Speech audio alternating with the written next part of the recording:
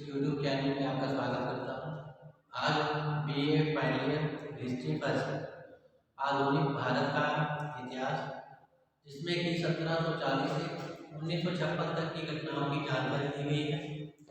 इसके अंतर्गत आज का जो हमारा टॉपिक रहेगा वह है सविनय अवज्ञा आंदोलन 1930 से 31। आज हम सविनय अवज्ञा आंदोलन के कारणों के बारे में जानकारी प्राप्त करेंगे। सविनय अवज्ञा आंदोलन जो कि महात्मा गांधी जी के द्वारा 1930-31 में प्रारंभ किया गया था। इस आंदोलन का जो प्रारंभ है दांडी यात्रा की ऐतिहासिक घटना से हुआ था।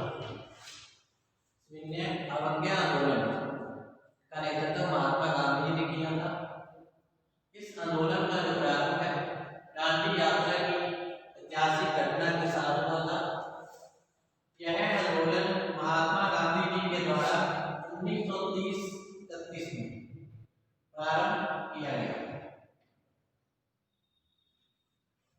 यह आंदोलन महात्मा गांधी जी के द्वारा 1930-31 में प्रारंभ किया गया था।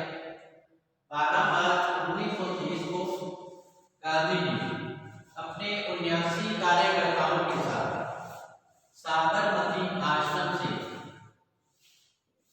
दांडी समुद्र तट की ओर चल पड़े। 220 की लंबी यात्रा इन्होंने पैदल चलकर 24 दिनों में तय की थी।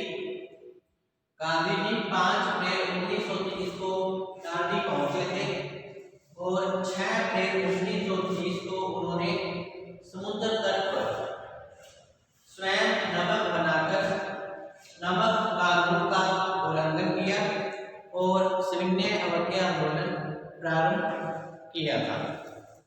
सविनय अवज्ञा आंदोलन जिसका जो प्रारंभ है महात्मा गांधी जी के द्वारा किया गया था। तो जैसा कि 1922 में असहयोग आंदोलन अचानक स्थगित किए जाने से गांधी जी को का प्रबल आघात पहुंचा।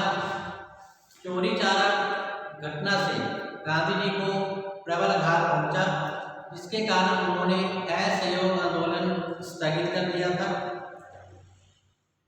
असहयोग आंदोलन स्थगित होने के कारण महात्मा गांधी की लोकप्रियता में काफी कमी आई और भारतीय राजनीति में एक नए दल स्वराज्य दल का जन्म हुआ। परंतु 1926 के अंत तक स्वराज्य दल की शक्ति समाप्त हो गई और राष्ट्रीय आंदोलन की जो बागडोर है वह पुनः महात्मा गांधी जी के हाथों में आ गई थी। 1930 में ही गांधी जी ने सविनय अवज्ञा आंदोलन प्रारंभ करने का निश्चय किया था। सविनय अवज्ञा आंदोलन के प्रारंभ करने के पीछे प्रमुख जो कारण थे वह निम्नलिखित थे। नंबर 1 है साइमन कमीशन। नंबर 2 है नेहरू रिपोर्ट स्वीकार करना। 3 नंबर है कांग्रेस का लाहौर अधिवेशन। 4 नंबर है देश में अशांत वातावरण। 5 नंबर है बारदोली का सत्याग्रह। 6 नंबर है गांधी जी के मांगों की उपेक्षा करना। इसके अंतर्गत महात्मा गांधी जी ने अंग्रेजों के समक्ष 11 सूत्रीय मांगे रखी थी, जिन्हें मानने से ब्रिटिश सरकार के द्वारा इनकार कर दिया गया था। और फिर 1930-31 में महात्मा गांधी जी ने सविनय अवज्ञा आंदोलन का प्रारंभ कर दिया था। तो सबसे पहले है नंबर 1 सविनय अवज्ञा आंदोलन प्रारंभ करने का जो पहला कारण था वह है साइमन कमीशन। तो भारत के वायसराय लॉर्ड इरविन ने 8 नवंबर 1927 को घोषणा की कि सर साइमन की अध्यक्षता में 7 सदस्यीय राजकीय कमीशन शीघ्र ही भारत आने वाला है। इस कमीशन के जो सभी सदस्य थे अंग्रेज जाति के ही थे।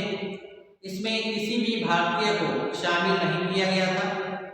अतः कांग्रेस ने साइमन कमीशन का बहिष्कार करने का निश्चय किया।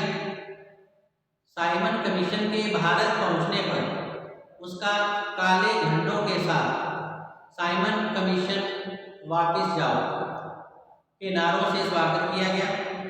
लाहौर में लाला लाजपत राय के नेतृत्व में कमीशन के विरोध में एक विशाल जुलूस भी निकाला गया। पुलिस द्वारा लाला लाजपत राय पर लाठियों और डंडों से वर्षा की गई, जिसमें कि लाला लाजपत राय बुरी तरह से घायल हो गए और 17 नवंबर 1928 को इनकी मृत्यु भी हो गई। लखनऊ में पुलिस ने पंडित जवाहरलाल नेहरू तथा पंडित गोविंद वल्लभ पंत पर भी लाठियां बरसाई गई। साइमन कमीशन की रिपोर्ट भी आई, जो कि 5 मई 1930 में प्रकाशित हुई। इस रिपोर्ट से भारतीयों को बड़ी निराशा हुई, क्योंकि रिपोर्ट में भारतीय जनता की आकांक्षाओं और अभिलाषाओं की घोर उपेक्षा ही की गई। गांधी जी को साइमन की रिपोर्ट से काफ़ी निराशा हुई और उन्होंने सविनय अवज्ञा आंदोलन प्रारंभ करने का निश्चय कर लिया था। इस प्रकार साइमन कमीशन, जिसमें कि सभी सदस्य अंग्रेज थे, इसमें एक भी भारतीय नहीं था, जिसका कि महात्मा गांधी जी के द्वारा विरोध किया गया था। नंबर 2 है नेहरू रिपोर्ट अस्वीकार किया जाना। तो जब भारतवासी साइमन कमीशन का बहिष्कार कर रहे थे, उस समय भारत मंत्री लॉर्ड बर्किनहेड ने भारतीय नेताओं को चुनौती दी कि वे ऐसे संविधान का निर्माण कर ब्रिटिश संसद के सम्मुख प्रस्तुत करें जिसे भारत के सभी राजनीतिक दल स्वीकार करते हों। कांग्रेस ने लॉर्ड बर्किनहेड की चुनौती स्वीकार की और 28 फरवरी 1928 को दिल्ली में डॉक्टर अंसारी की अध्यक्षता में एक सर्वदलीय सम्मेलन आयोजित किया। 10 मई 1928 को सम्मेलन की दूसरी बैठक मुंबई में हुई, जिसकी अध्यक्षता जो है डॉक्टर अंसारी ने की। इस बैठक में निश्चय किया गया कि भारत के संविधान का प्रारूप तैयार करने के लिए मोतीलाल नेहरू की अध्यक्षता में एक समिति की नियुक्ति की जाए और 1 जुलाई 1928 तक अपनी रिपोर्ट पेश करें। समिति ने 3 महीने के परिश्रम के पश्चात 10 अगस्त 1928 को एक रिपोर्ट प्रस्तुत की, जिसे नेहरू रिपोर्ट कहा गया। यद्यपि कांग्रेस ने नेहरू रिपोर्ट जो है स्वीकार कर ली, परंतु ब्रिटिश सरकार ने नेहरू रिपोर्ट को स्वीकार करने से इनकार कर दिया। अतः गांधी जी के सामने संघर्ष के अतिरिक्त कोई दूसरा रास्ता नहीं रह गया था। कांग्रेस ने ब्रिटिश सरकार को चेतावनी दी कि यदि 31 दिसंबर 1928 तक नेहरू रिपोर्ट स्वीकार नहीं की गई तो कांग्रेस जो है अहिंसात्मक असहयोग आंदोलन पुनः शुरू करेगी। नेक्स्ट है कांग्रेस का लाहौर अधिवेशन 3 नंबर। कांग्रेस का लाहौर अधिवेशन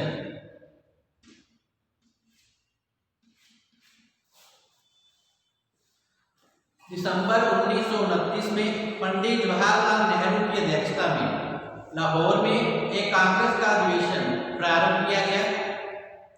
31 दिसंबर 1929 को अधिवेशन में कांग्रेस ने पूर्ण संविधानता का प्रस्ताव पास किया।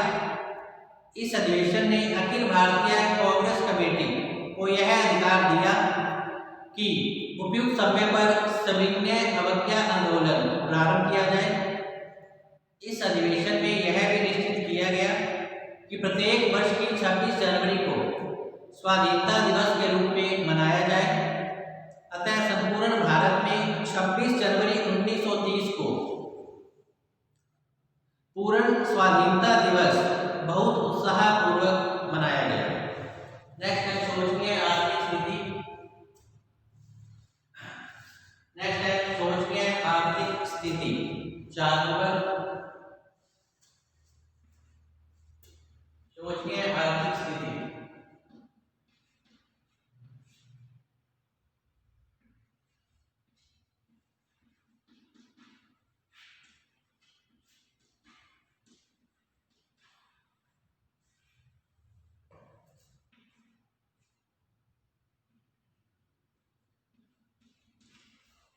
सोचनीय आर्थिक स्थिति 4 नंबर। 5 नंबर का देश में शांत वातावरण। तो 1929 में देश की आर्थिक स्थिति काफी शोचनीय बनी हुई थी। उस समय विश्व के दूसरे देशों के समान भारत में आर्थिक मंदी का जो है शिकार बना हुआ था। कृषि संबंधी उपज के जो भाव है वह भी 50% से अधिक गिर गए थे, जिससे कृषकों की दशा इस समय काफी खराब हो रही थी। बढ़ती हुई कीमतों के कारण कृषकों की दशा इतनी दयनीय हो गई कि वे कर अर्थात लगान चुकाने की स्थिति में भी नहीं रहे थे। सरकारी नीति से औद्योगिक व व्यावसायिक वर्ग में असंतुष्ट था। सरकार ने अंग्रेजों को लाभ पहुंचाने के लिए रुपए की जो कीमत है 16 पैसे से बढ़ाकर 18 पैसे कर दी थी। अतः उद्योगपतियों और व्यापारियों में भी सरकार के प्रति तीव्र आक्रोश इस समय फैल चुका था। मजदूरों में भी व्यापक असंतोष की भावना इस समय फैली हुई थी,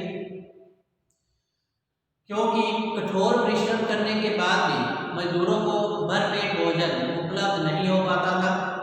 इस प्रकार ब्रिटिश सरकार की नीति के कारण कृषकों, मजदूरों और व्यापारियों में तीव्र आक्रोश फैल चुका था। नेक्स्ट है देश में अशांत वातावरण 5 नंबर। देश में अशांत वातावरण। सरकार की दमनकारी नीति के कारण मजदूरों में आक्रोश व्यापक था। मार्च 1929 में सरकार ने मजदूर संगठन के 36 नेताओं को गिरफ्तार कर जेलों में बंद किया। उन पर मुकदमा चलाया गया जो कि मेरठ षड्यंत्र के नाम से प्रसिद्ध है। 27 श्रमिक नेताओं को राजद्रोह के आरोप में कठोर कैद की सजा दी गई।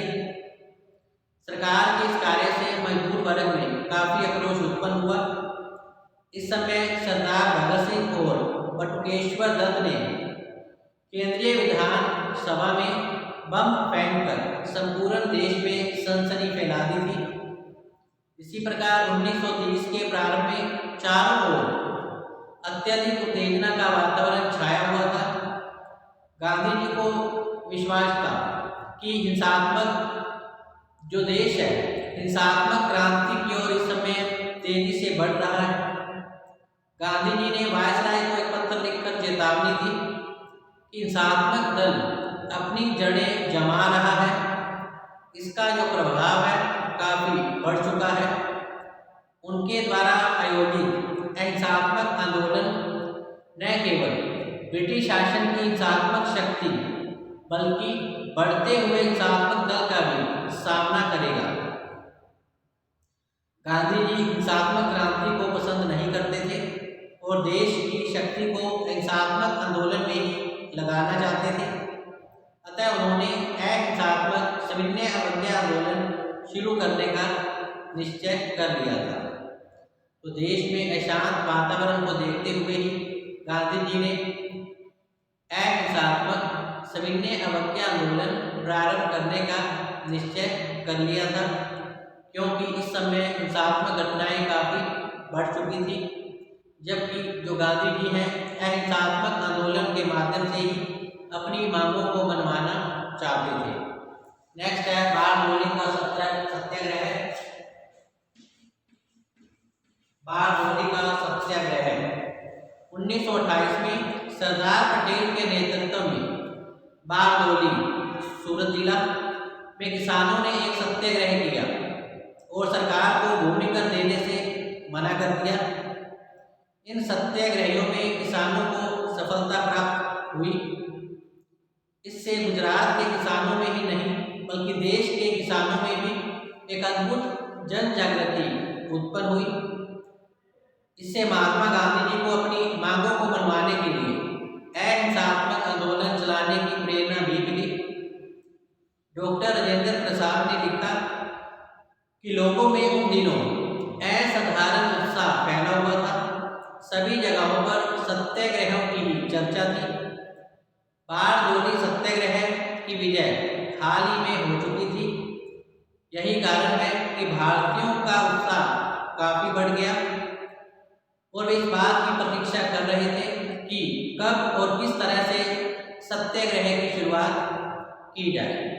इस प्रकार बारडोली सत्याग्रह से जो है लोगों में उत्साह की भावना जागृत हुई और वह इस मौके की तलाश में थे कि कब जो है अहिंसात्मक सत्याग्रह शुरू किया जाएगा। नेक्स्ट है गांधी जी की मांगों की उपेक्षा करना। गांधी जी की मांगों की उपेक्षा करना। तो 1930 में साबरमती में कांग्रेस की कार्यकारिणी समिति ने एक प्रस्ताव पास किया और महात्मा गांधी जी को सविनय अवज्ञा आंदोलन चलाने का अधिकार प्रदान कर दिया।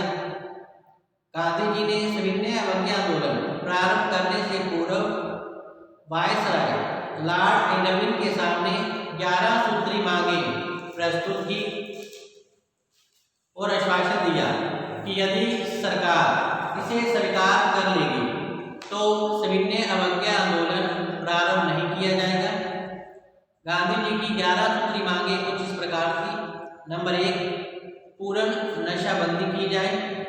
नंबर 2, मुद्रा विनिमय की दर में कमी कर 1 रुपया शिलिंग को 4 पेंस के बराबर माना जाए।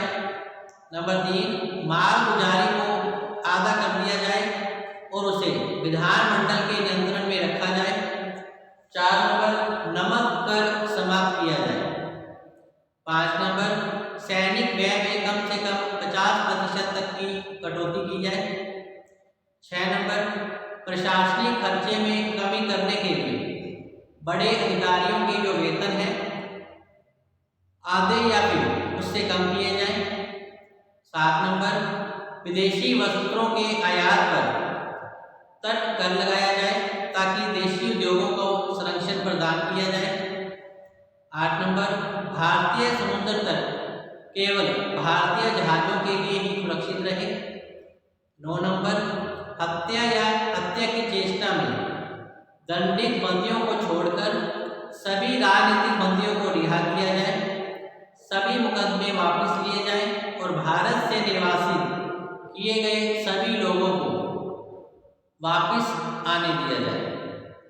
10 नंबर, गुप्तचर पुलिस बंद कर दी जाए, उस पर जनता का नियंत्रण रखा जाए। और 11वीं मांग थी, आत्मरक्षा के लिए बंदूक, हथियार और लाइसेंस दिए जाए। लेकिन ब्रिटिश सरकार ने गांधी जी की मांगों पर कोई ध्यान नहीं दिया। 2 मार्च 1930 को गांधी जी ने लॉर्ड इरविन को अंतिम रूप से चेतावनी देते हुए कहा कि उन्होंने सविनय अवज्ञा आंदोलन के औचित्य पर प्रकाश डाला महात्मा गांधी जी ने, परंतु लॉर्ड इरविन ने गांधी जी को जो उत्तर भेजा वह काफी असंतोषजनक था। इससे गांधी जी को काफी दुख हुआ और उन्होंने कहा था कि मैंने घुटने टेक कर रोटी मांगी थी, बल्कि मुझे जवाब में पत्थर ही मिला। ब्रिटिश राज्य केवल शक्ति पहचानती है और इसी कारण मुझे वायसराय के उत्तर से आश्चर्य नहीं हुआ। हमारे राष्ट्र के भाग्य में जेल की शांति ही एकमात्र शांति है। समस्त भारत एक विशाल कारागार है। मैं इस कानून को नहीं मानता और राष्ट्रीय हृदय को मसलने वाली इस लादी गई शांति की मनुष्य एक रक्षता को भंग करना अपना पवित्र कर्तव्य मानता हूँ। तो इस प्रकार सविनय अवज्ञा आंदोलन का जो प्रारंभ हुआ। यह आंदोलन महात्मा गांधी जी के द्वारा 1930-31 में किया गया। 12 मार्च 1930 को गांधी जी अपने 79 कार्यकर्ताओं के साथ साबरमती आश्रम से दांडी समुद्र तट की ओर चल पड़े। 200 मील की लंबी यात्रा उन्होंने 24 दिनों में जाकर तय की। गांधी जी ने 5 अप्रैल 1930 को दांडी पहुंचे और 6 अप्रैल 1930 को इन्होंने समुद्र तट पर स्वयं नमक बनाकर नमक कानून का उल्लंघन किया। इस प्रकार शून्य अवज्ञा आंदोलन प्रारंभ किया गया। 5 मई 1930 को गांधी जी को गिरफ्तार कर यरवदा के जेल में भेज दिया गया था। शून्य अवज्ञा आंदोलन का कार्यक्रम कुछ इस प्रकार था। नंबर 1, जगह जगह पर नमक बनाकर नमक कानून तोड़ा जाए। 2 नंबर, विदेशी वस्त्रों का बहिष्कार किया जाए और विदेशी वस्त्रों को जलाया जाए तथा इसकी जगह स्वदेशी को महत्व प्रदान किया जाए। 3 नंबर, स्त्रियों द्वारा शराब तथा विदेशी वस्त्रों की दुकानों पर धरने दिए जाएं। 4 नंबर, विद्यार्थियों द्वारा सरकारी स्कूल कॉलेजों का बहिष्कार किया जाए। 5 नंबर, सरकारी कर्मचारियों को सरकारी नौकरियों से त्यागपत्र दे देना चाहिए। 6 नंबर, लोग सरकार को किसी प्रकार का टैक्स न दें। इस प्रकार शून्य अवज्ञा आंदोलन का जो कार्यक्रम है रखा गया था। इसके साथ आज का टॉपिक हम यही समाप्त करते हैं।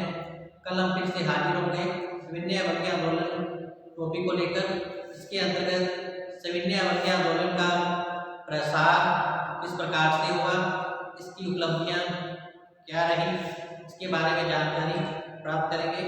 तब तक आप घर पे रहें, सुरक्षित रहें, पढ़ते रहें। धन्यवाद।